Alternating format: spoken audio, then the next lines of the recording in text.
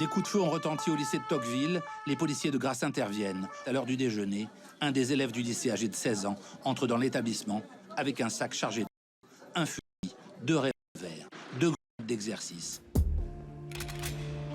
Un adolescent de 17 ans, sans histoire, mais dans son établissement dans le but de tuer une dizaine d'élèves, une première en France.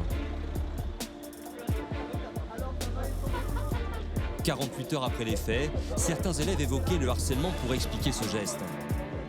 Des gens de sa classe l'énervaient, il se faisait embêter souvent.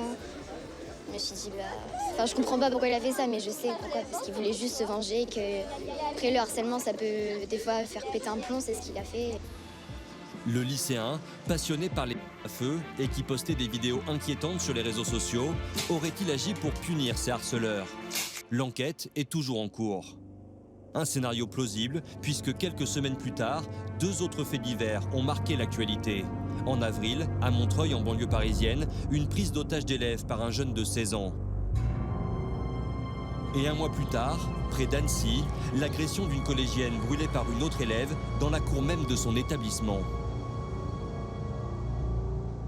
Montreuil, Annecy, 2 vengeances d'enfants victimes de brimades. Dans les cas les plus extrêmes, le harcèlement peut donc pousser à la folie et à la vengeance. Mais le plus souvent, les victimes retournent la violence contre elles.